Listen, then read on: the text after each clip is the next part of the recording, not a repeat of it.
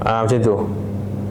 Oh, nak lebih ramai pelanggan untuk sewaan bas. Okey, so objektif marketing kita dapatkan lebih ramai pelanggan. Oh, kita nak dapatkan lebih banyak ad space daripada pelanggan. So bas kita punya periklanan tu kena ada. So kenapa bas tak nak balut? Kifah balut tak bas dengan iklan? Sebelum ni ada buat. Sekarang tak buat, kenapa? Sebab ada perubahan lepas COVID ni, ada perubahan kita punya. Klien punya perubahan ke apa? Kita punya servis ada perubahan sikit, so kita nak kena jaga brand tu. Republish brand, nak buat balik lah. Okey, nampak. Benda-benda ni lah kena susun balik. Dah ada dalam planning ke belum? Dah ada dalam planning. Dah ada dalam planning. Okey, nice. So, kalau katalah tahun depan nak buat yang itu, dah boleh lah plan. Contohnya dekat belah kanan tu, yang kat belah kanan highway tu kan, bas kita belah kanan tu, advertise with us ke, kena buat iklan ke, kena buat billboard ke, benda-benda ni boleh dibuat. Jadi kenapa kita kena tahu? Contohnya, kebanyakan kita bila kita nak jual sesuatu perkara, kita tak fokuskan kepada the process, kita fokuskan kepada the result. Saya ambil contoh, bila kita pergi kepada accountant kat luar, dia akan bagi tahu quotation dia tu, invoice dia tu, dia akan tulis apa? Dia akan tulis yearly account service, bookkeeping service kan. Dia tak ada justify pun apa yang dia buat. Okey, dia tak justify. Okey, daripada segi angkanya sama saja. Kalau kata setahun 3,000 lah, it's okay. Tetapi daripada segi justification kerja itu tak ada. Jadi kerja tu tak nampak banyak. Kerja tu nampak sikit. Sama juga macam kita nak jual advertising space, dia kena banyakkan. Contohnya, berapa penumpang Kifah setahun, berapa kawasan lalu, berapa banyak mata yang memandang, itu semua kena tulis. Contohnya kalau kita letakkan 6 bulan dengan satu hari 24 jam kan. Okay, kalau 6 bulan tak, kata ambil 10,000, kita nak tulis mana? 6 month non-stop advertising atau 10,000 hours non-stop advertising? Mana lagi sedap? Kan? So benda-benda ni yang kita kena susun. Sebab tu kena tahu dulu, okey, apa nak buat. Kerana untuk marketing campaign, kita mesti start buat campaign itu 3 bulan sebelum. Ini wajib. 3 bulan sebelum. You nak buat apa pun, dia mesti 3 bulan sebelum. Mesti siap dah campaign tu, dah jalan. Dah boleh kick off dah. Dia tak boleh bulan depan nak buat, bulan 1, bulan 12 ni baru nak susun, tak boleh. So kalau you nak susun, yang sekarang punya susun untuk start lepas raya punya. Bukan susun untuk bulan 1. So dia ada timeline dia kena buat. Okey. Baik. Untuk sales report, biasanya kita akan tengok 3 perkara. Nombor 1, jualan paling banyak, jualan paling untung, kemudian jualan rugi.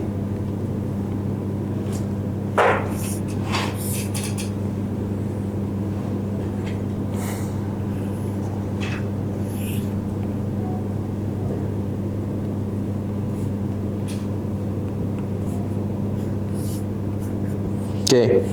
Kenapa kita kena tengok 3 ni? Sebab benda ni dia akan menentukan keseluruhan bajet yang kita nak keluarkan. Keseluruhan bajet. Dekat sini lah dia akan efek kat sini. Bajet ni. Sebab apa? Sebab ada projek ataupun ada servis yang memang kita buat dan rugi, tetapi dia mesti dibuat. Kifah ada tak servis macam tu? Tak ada? Ada ke semua untung? Semua untung? Ada? Sebagai contoh lah, kalau kita ada government punya klien, memang paling banyak rugi kat situ. Betul lah. Rugi masa, kadang-kadang rugi masa, rugi duit, sakit hati, semua ada. Tetapi itulah kerja yang kita kena buat. So, untuk kerja marketing bajet tu, bajet untuk kerja itu tak boleh dicampur dengan bajet untuk aktif marketing. Loss. Okey. Yang itu kerja tu marketing juga tau sebenarnya. Kerja yang you buat dengan government tu, yang mana free tu semua marketing. Tapi itu bukan aktif marketing. Kerja aktif marketing ni adalah untuk betul-betul target market yang you nak dapatkan untung. Fokus dia memang untuk dapatkan untung. Contoh, sewa bas. Okay, sewa bas. Sewa bas untuk untung, kena nak sewa kepada kerajaan ke atau nak sewa kepada public? Mana tu? Untuk untung. Government. Okay. Then fokuslah kepada government yang aktif punya. Tapi ada dua. Satu yang aktif punya marketing, yang pasif punya marketing tu you nak pakai bajet yang mana? Kalau you nak pakai yang pasif punya marketing, so dalam bajet marketing you lebihkan untuk yang pasif. Yang aktif ni kena buat juga, tapi kurangkan sikit. Benda tu lah. So katalah kalau kata daripada 1.14 juta you nak ambil katalah 3% untuk marketing, lebih kurang dalam 450,000 setahun you nak ambil. Mungkin 280,000 ataupun 300,000 you pump untuk government punya marketing. Lagi 100,000 tu baru you buat untuk public. Example, untuk government you perlukan lebih banyak sales representative. You pakai FBI kat government tak jadi. Setuju tak puan? Kalau sekarang ni ada 3 orang saja yang bergerak kan, you ambil lagi 10 orang. Kalau satu hari satu orang dapat buat 2 appointment atau 3 appointment, you ambil 10 orang yang boleh buat 2 appointment. Bajet masukkan dalam ni, dalam bajet tadi tu. Gaji dia orang semua ni masuk dalam bajet tadi tu. Faham tak? Tapi kena susun lah. Sebab apa kena susun? Sebab bila kita susun, baru kita tahu pergerakan itu ada signifikan atau tidak. Kalau tak ada signifikan, kita boleh stop, kita boleh buat strategi lain. Tapi untuk government, memang pada saya tak ada cara lain kecuali banyakkan sales representative. So maksudnya macam kami ni dia dengan Kipau tu, klien kami mostly adalah government. Almost 90% adalah government. Okay. Memang kita tak ambil job private. Okay. So maksudnya untuk marketing kita perlu kurangkan dari bajet marketing tu, kita perlu kurangkan dari video, TikTok, FB ads, semua tu kita cuba kurangkan. Ya. Cuma tambah staff baru untuk gerakkan direct. Yes. Tapi kita kena tengok, kena ingat balik. Kita bukan kurangkan bajetnya, kita portionkan saja. Kita portionkan saja. So katalah keperluan untuk marketing di media sosial tu kena ada 3 video sehari. Mungkin bukan video yang mahal. Faham tak? Mungkin kita perlu ambil satu videographer, video editor. Dia buat video yang sekarang kita buat ni pun okey, cuma tambah kuantiti dia saja. Sebab kita kena patah balik. Kalau kita pergi buat sales representative punya activities, dia akan cari kita kat media sosial juga nanti. Dia akan verify kat situ. So adakah you punya website verified you punya staff? Adakah you punya media sosial verified dia punya cerita? Adakah ni dia verified punya cerita? So benda tu kena berjalan serentak. Cuma fokus kita banyak kat mana? Dia tak semestinya kita tambah orang. Boleh jadi insentif untuk mereka tu ditambah pun boleh jadi marketing punya bajet juga. Faham tak? Contoh macam kami, untuk sekian kami punya team sales representative kami, ada yang dapat 40%. Untuk certain people dia dapat 5% saja. Sebab macam kami perlukan lebih banyak exposure dengan klien-klien. Jadi untuk first sale kami rugi, it's okay. Macam puan lain lah, kena ada beli part and all that kan. So memang tak boleh rugi. Kalau rugi means you keluar you punya duit sendiri. Walaupun ada juga buat benda tu, tapi benda tu bukan selalu. Betul tak? Jadi kita kena fokus kat situ. Jadi aktiviti yang nak dibuat setahun tu ataupun 6 bulan tu, itu yang mesti disusun. Sebagai contoh, kalau you punya business dengan G2G, B2G, business to government kan? Okay, you kena tahu dia orang punya jadual. So wajib kena tahu jadual dia. Jadual dia tu maksudnya bila dia meeting untuk buat keputusan A, bila dia meeting untuk buat keputusan B, bila dia meeting untuk bincangkan ni, bila dia meeting untuk bincang ni. So you mesti ada that information. Kemudian mesti tahu juga jadual-jadual majlis-majlis mereka dan sebagainya, itu kena tahu. Sebab ada serta-serta masa you tak boleh nak lambatkan. Contohnya you tak boleh nak lambatkan you punya sales representative ke satu tempat pada satu masa, tak boleh macam tu. Tetapi ada masanya perlu. Sebagai contoh, kalau katalah majlis itu satu Malaysia punya department berkumpul, takkan nak hantar seorang je.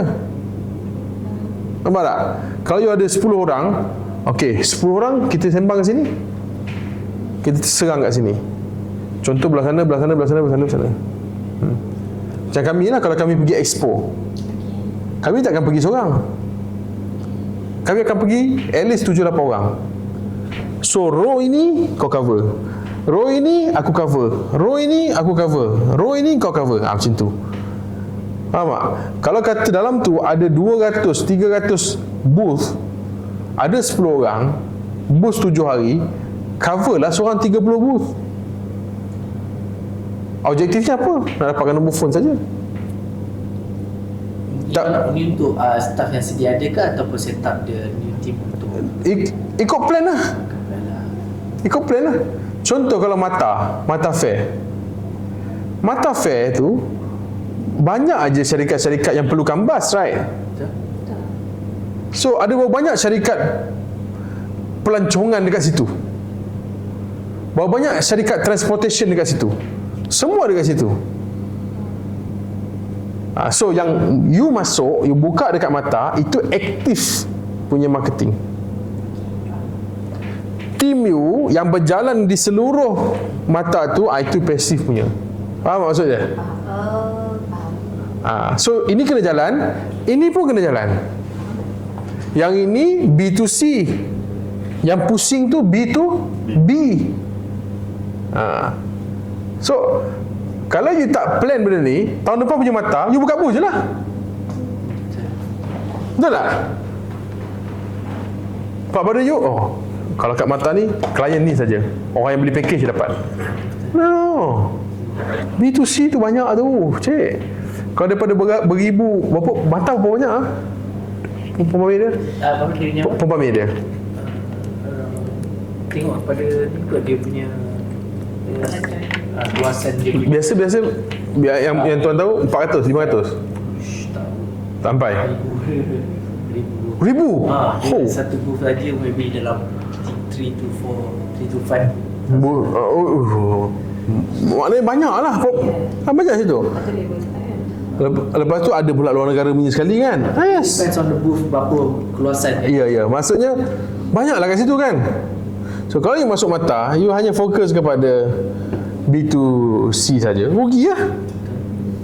B2B banyak. So apa sahaja agensi punya event, carnival, join, involve. So itu yang bajet tu mesti masuk. Contoh, kalau you punya bajet selama ni, you tak pernah ada bajet, tapi you nak bawa keluar 400,000 ataupun 500,000 setahun kan, setengah juta setahun, you boleh ambil as a group. As a group, contohnya Kifa keluar modal duit, Dun dengan Auto keluar modal staff, boleh. But you move as a group. Nampak tak? Jadi belanja marketing tu, kenapa saya cakap itu kena ada belanja marketing, kena ada bajetnya? Sebabnya bila kita buat atau pergi mana-mana event, kita punya belanja bukan hanya bayar booth saja. Makan staff kita kena bayar, OT staff kita kena bayar, allowance sales dia kita kena bayar, tempat tinggal kalau kena duduk kan, kalau kena ni kena bayar. At least hotel dia kan, kalau semua lelaki okey lah, satu bilik 5 orang boleh masuk. Logistik lagi kan, kalau perempuan dengan lelaki takkan nak sumbat semua kan, kena ada 2 bilik at least. Maksudnya itulah, homestay pun 5 hari 6 hari juga kan. Tapi kalau homestay pun mana boleh campur staff lelaki dengan staff perempuan, kena ada 2 homestay. So benda tu semua ada dalam bajet marketing. Yang jadi takutnya bila kita nak spend, bila kita tak asingkan duit tu kita jadi takut. Orang tanya macam mana kita boleh spend satu hari duit ad sampai RM15,000, RM20,000, macam mana kita boleh spend? Sebab kita dah asingkan duit tu. Klien kita spend sekian banyak, total kami kadang-kadang boleh pergi sampai RM60,000 sehari spend untuk ads sahaja. Sehari ya, bukan sebulan. Online. Jadi duit tu kita tahu nak spend kat mana, duit masuk mana.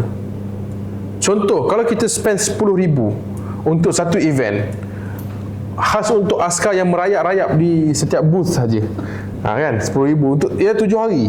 7 hari lebih kurang RM1,000 lah belanja sehari, RM1,500 belanja sehari. Pada saya okey 10 orang kan, RM150 sehari untuk satu bajet. So RM10,000 untuk ni. Kalau kita dapat close at least 5 klien pun dari situ, berapa banyak? Average klien bayar RM20,000 sebulan, RM10,000 kan. Jadi benda tu yang kita boleh bawa. So bila kita susun, ada objektif, kemudian ada report, ada key activities. Yang tadi tu key activities lah yang kita nak buat tu, apa yang kita nak buat. Dan baru kita boleh keluarkan justification kepada board of director ke, kita boleh keluarkan justification kepada kita punya shareholder ke, and numbers dia akan tunjuk growth. Oh mungkin tahun ni kita keluar RM400,000, RM500,000 bajet, kita belum untung lagi duit tu, tetapi kita dapat daripada 9 agensi, 28 agensi kita dapat, cuma kita belum untung. Nampak tak? So 28 agensi tu mungkin the next year baru kita untung. At least adalah figure yang kita boleh cerita kan, masuk bilik meeting, daddy this is my figure, what do you think my figure? Contoh lah kan. Macam kami dengan Puan Ainul lah, Puan ni kami punya figure Puan, okey tak okey? Okey, buat lah situ lah. Jadi benda tu penting. Okay. Kemudian kita masuk yang tadi saya dah sebut sekali, adalah key activity sekali. Okey.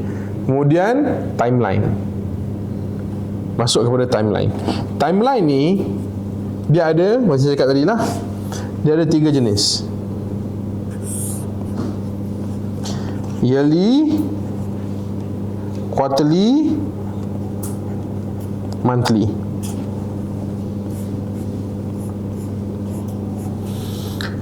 Dia boleh jadi macam ni, yearly kat sini, lepas tu dia boleh jadi quarterly kat sini, dia boleh jadi monthly kat sini.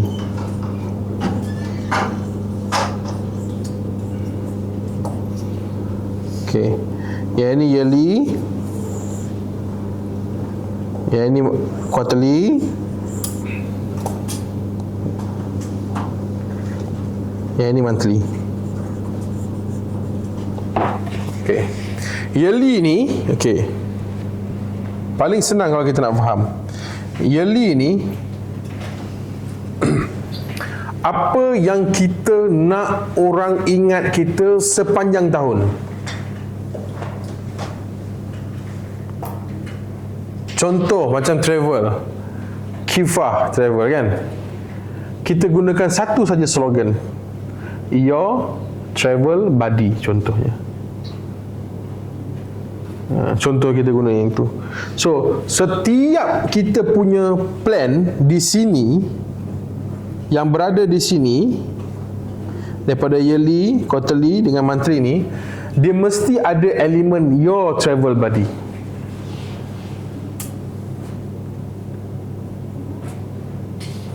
Pernah tak kita buat kempen macam ni? Dia tak pernah lah, memang first baru kan. Auto tak pernah ada Kalau kata kita nak guna, contohnya untuk auto kita nak guna trusted foreman, kita gunalah trusted foreman. So sepanjang tahun tu apa saja iklan kita masukkan elemen trusted foreman. Slogan ini macam slogan. Dia boleh jadi slogan, dia boleh jadi cogan kata, dia boleh jadi image, dia boleh jadi itu, boleh jadi Every content kita kena sebut. every content ada elemen itu. Ini yang kalau kita, ini yang untuk setahun. So yang setahun ni dia bukan game untuk scale up sales, bukan. Dia lebih memang betul-betul untuk setahun ni punya kempen, kita kena susun untuk awareness punya program. Awareness punya, supaya orang ingat kita. Tapi orang ingat based on apa? Orang based on apa? Itu kena. Untuk yang monthly, untuk yang quarterly, yang ini kita boleh susun untuk kempen-kempen support monthly. Support monthly. Sebagai contoh, untuk bulan 1, apa kempen pun nak buat dah ada dah? Belum. Ada kempen dah? Belum. Auto dah ada kempen? Belum. Okey, tak apalah. Kita buatlah macam ada. Apa kempen nak buat agak-agak? Sebut je. Servis. Tak tahu. Okey, baik. Saya tunjuk sikit. Macam mana cakap? Gambaran sikit. Okey, gambaran sikit. Baik. Contohnya bulan 1 kita nak dapatkan database untuk, bukan database, kita nak dapatkan pelanggan untuk bulan puasa atau bulan raya. Contohnya lah. Contohnya kan. Jadi apa yang kita nak buat? Aktiviti apa yang kita nak kena buat pada bulan tu? Dan oleh kerana kita punya jualan ni bukannya fast transaction.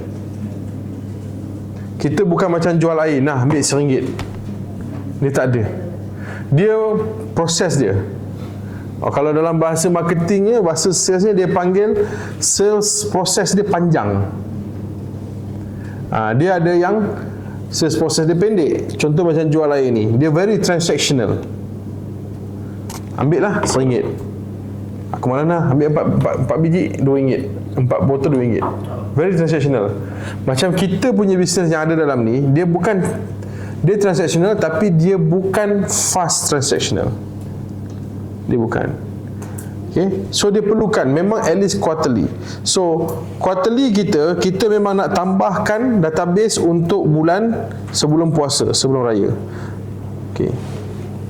So yang kempen ini, dia boleh jadi kempen apa? Boleh jadi macam-macam kempen. Contoh pada bulan 1, kita boleh buat kempen 1 hari bas percuma untuk seluruh negara. Ada plan dah yang tu. Ada plan. Apa dia? Sampai lagi. Dah ada plan yang tu. Okey, kenapa tak tercapai? Sebab maybe dengan masa. Sebab tak ada plan. Yang itu idea sahaja. Yes. Sebab tak ada plan. So bulan 1 pilih satu tarikh. Pilih satu tarikh. Nak collaborate dengan siapa? Okey, collaborate dengan Zoo Negara. Contohnya lah, pergi jumpa semua sekolah-sekolah, cakap dengan cikgu bulan 1 sekian tarikh Zoo Negara, kita dah collaborate, Zoo Negara bagi 50% untuk budak-budak. Kami kifah